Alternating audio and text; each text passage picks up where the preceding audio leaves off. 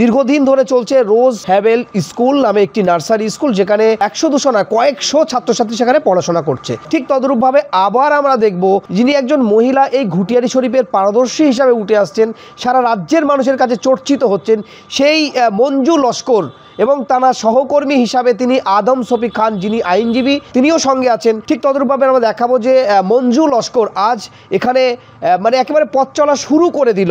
APJ Abdul Kalam mission school সেটা already ছোট্ট শিশুদের নিয়ে শুরু করলো। আমরা সরাসরি চলে যাব মঞ্জুদির এই উদ্দেশ্য, কেন একটা স্কুল চলছে আবার আর একটা স্কুল, এই স্কুলটা কেন, কি উদ্দেশ্য, এবং এই স্কুল ইংলিশ মিডিয়াম করতে গেলেন কেন আপনি, আমি সরাসরি সেই মঞ্জু লস্করের কাছ থেকে জানবো। অ্যাকচুয়াল আপনারা প্রত্যেকেই জানেন যে আপনি একটু আগেই বললেন যে আমি একটা স্কুল অলরেডি পরিচালনা করি ওয়েস্ট বেঙ্গল বোর্ডের, যার নাম রোজ হেভেন্স স্কুল। আমার সেখানে নার্সারি থেকে মাধ্যমিক পর্যন্ত বাচ্চা পড়াশুনো করছে, কিন্তু ইংলিশ মিডিয়াম স্কুলটা একটু আগেই প্রিন্সিপাল সাহেব বলেছেন যে কেন আমরা ইংলিশ মিডিয়াম স্কুলটা চালু করতে গেলাম। তো বিশেষ করে আমাদের এই ঘুটিয়ারি শরীফ মানে যে জায়গাটায় আমি স্কুলটা করেছি এবং পাশেও যেখানে আমার স্কুল আছে, তো এখান থেকে বহু ছাত্রছাত্রী অনেক জায়গায় যাচ্ছে। দেখুন আজকাল মানুষের যে অর্থনৈতিক যে পরিস্থিতি, যে কত মানুষের ইচ্ছা থাকলেও উপায় হয় না। ইচ্ছে আছে যে আমি ইংলিশ মিডিয়াম স্কুলে পড়াবো, দিল্লি বোর্ডের স্কুলে পড়াবো, কিন্তু সেই জায়গাটায় তারা কিন্তু অর্থের সংকটে কিন্তু পড়াতে পারে না। এই কারণেই আমার আজকে এই পরিকল্পনা নেওয়া যে ওয়েস্ট বেঙ্গল বোর্ডেও যেরকম আমি পরিষেবা দিয়ে যাচ্ছি, আর চেষ্টা করছি যে আমি দিল্লি বোর্ডটাও যেন এইভাবেই আমি পরিচালনা করে আর সবার পাশে থাকতে পারি, এবং আগামী দিন আমাদের সন্তানরা যাতে সঠিকভাবে সঠিক স্থানে পৌঁছাতে পারে সেইভাবেই আমার পরিকল্পনা নেওয়া, এগিয়ে যাওয়া। আমার পরিকল্পনা যে আমি স্কুল নয়, আমার আবাসিক অনাবাসিক হোস্টেল করার পরিকল্পনাও পরবর্তীতে আছে, এবং সেটা নিয়েও কিন্তু আমি মানে সন্তুষ্ট থাকবো না। আমি আবারও মানে কলেজ করার চিন্তাভাবনা নিয়েও এগিয়ে যাব।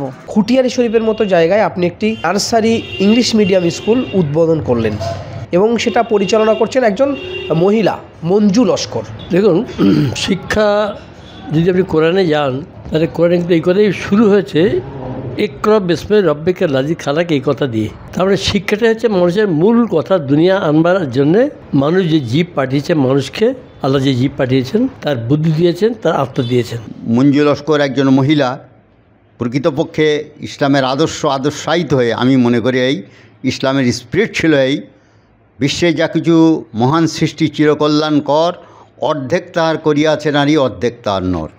সুতরাং মঞ্জু লস্কর যে ভূমিকাটা নিয়েছে একদম ঠিক ভূমিকা নিয়েছে। ইসলামের আদর্শে আদর্শায়িত হয়ে একজন কর্মবীর মহিলা যে প্রচেষ্টা, শিক্ষার প্রসারের জন্য যে প্রচেষ্টা চালাচ্ছে, তাকে সাধুবাদ জানাই। শুধু তাই না, আগে উনি একটা রোজ হেভেন স্কুল ছিল, নামটাও ভারী সুন্দর।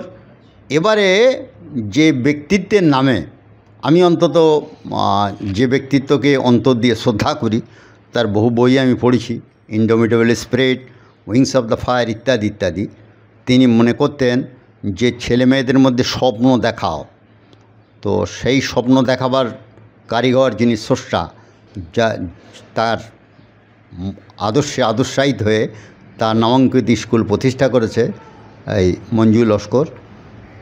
আশা করি রোজ হেভেন স্কুল যেমনভাবে সুন্দরভাবে পরিচালিত হচ্ছে, ওটা ইংলিশ মিডিয়াম, বিশেষ করে দিল্লি বোর্ডের আন্ডারে।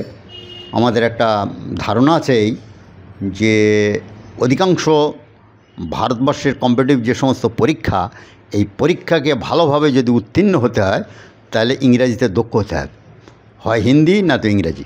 কারণ আমি যত ভালো বাংলা ভাষায়, আমার মাতৃভাষা হোক, আমার বাংলাকে আমি যত ভালোবাসি না কেন, কিন্তু যেগুলো ভারতব্যাপী যে সমস্ত পরীক্ষা আছে, বা মেডিকেল পড়তে যান বা উচ্চশিক্ষা যত নিতে যান, সব ইংলিশ মাধ্যম, ইংলিশে বই আছে, বাংলা বই সেখানে খুব কম।